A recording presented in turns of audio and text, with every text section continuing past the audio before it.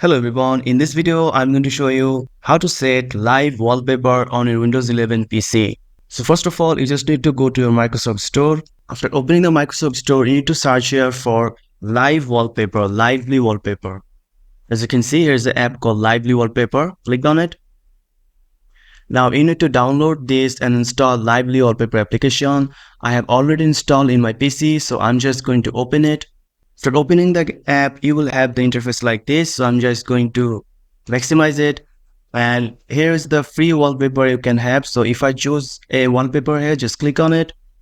If I just minimize it, the jellyfish wallpaper has set to now as my live wallpaper. You can also move it like this. So if you don't like the default wallpaper, lively wallpaper app, you can also download free live wallpapers from a website that I will share with you. So you just need to go to Chrome browser and search for More Walls Live Wallpaper. You search for that. Here's the link, More Walls Popular Free Live Wallpapers. And after opening the website, here you will find lots of collection here. As you can see, abstract, animal, anime, fantasy, and games here. So I'm just going to choose the games option. And if you just like a live wallpaper here, you can just choose a wallpaper from here. So I'm going to download this. So just click on it and you can also play it.